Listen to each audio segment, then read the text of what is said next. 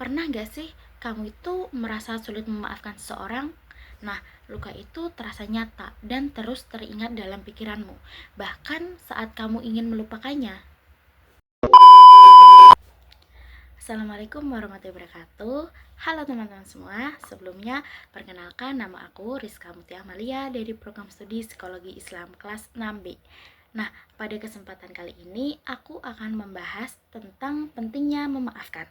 Memaafkan sama dengan kunci kesehatan mental. Simak videonya ya. Nah, dalam kehidupan, konflik itu wajar. Tetapi ketika rasa marah, rasa benci, rasa dendam yang disimpan terlalu lama, ternyata itu bisa berdampak serius loh bagi kesehatan kamu. Sebuah penelitian dalam Indonesian Journal of Counseling and Development tahun 2021 itu tuh menjelaskan bahwa emosi negatif yang dipendam itu dapat memicu stres, kecemasan, bahkan depresi.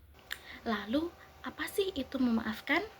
Ya, memaafkan bukan berarti melupakan atau membenarkan kesalahan orang lain, tetapi memaafkan adalah proses melupakan emosi negatif dan menggantinya dengan emosi positif, yaitu sebuah ketenangan.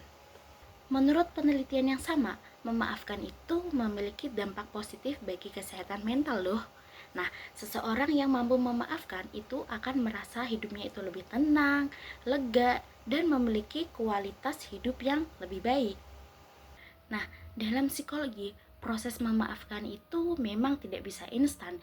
Dimulai dari menghadapi luka, memutuskan untuk memaafkan, mengubah cara pandang kita, hingga akhirnya kita itu akan merasakan yang namanya kelegaan.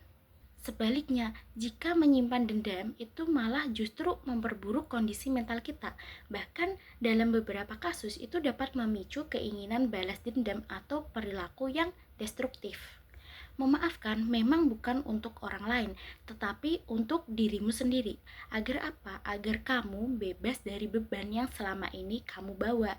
Karena dengan memaafkan, kamu tidak hanya menyembuhkan luka, tetapi juga bisa menemukan kedamaianmu sendiri. Manusia itu tidak dapat hidup sendiri. Itu yang mengharuskan setiap manusia untuk bisa saling berhubungan dengan orang-orang di sekitarnya. Dan dalam hubungan antar manusia itu tidaklah sempurna. Pasti setiap manusia itu pernah melakukan kesalahan, dan pasti setiap manusia itu atau individu pasti pernah merasa sakit hati, marah, kecewa pada orang lain karena kesalahan yang dibuat oleh orang tersebut. Nah, sejatinya rasa marah, kecewa, dan sakit hati tersebut itu wajar jika ada seseorang yang melakukan kesalahan, apalagi jika kesalahan tersebut itu sangat fatal. Terkadang karena kesalahan yang fatal tersebut itu bisa membuat kita selalu memikirkannya, dan di saat kita memikirkan atau mengingat kesalahan tersebut itu bisa membuat kita menjadi sedih, marah, kecewa, sakit hati, dan pada saat itu pula semua emosi negatif itu akan terpendam juga di dalam hati yang menciptakan perasaan kebencian. Begitu banyak dampak negatif yang diperoleh seseorang dengan memendam emosi negatif seperti perasaan marah, benci, kecewa, terutama bagi kesehatan mental seseorang tersebut. Nah, emosi negatif yang terlalu lama tersimpan itu akan menimbulkan stres pada orang tersebut, bahkan justru akan membuat sakit hati yang makin mendalam dan dapat menimbulkan perasaan keinginan untuk balas dendam, baik itu hanya tersimpan atau hingga dilampiaskan. Nah, keduanya ini itu sama-sama berdampak negatif bagi kesehatan mental seorang tersebut. Menyimpan dendam itu akan menimbulkan banyak dampak negatif terutama bagi kesehatan mental individu tersebut.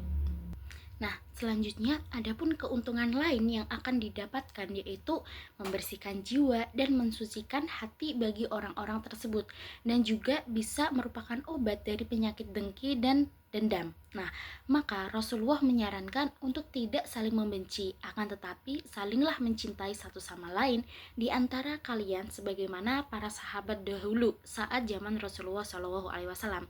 Orang yang meneladani Nabi adalah orang yang mengikuti segala anjurannya dan menjauhi larangannya, sehingga memaafkan itu lebih baik dan dianjurkan daripada menyimpan dendam yang akan merusak kesehatan tersebut. Jadi, mari kita belajar memaafkan, karena belajar memaafkan adalah langkah menuju kesehatan mental yang lebih baik.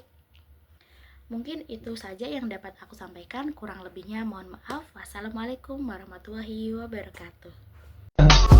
I just had to let you know you're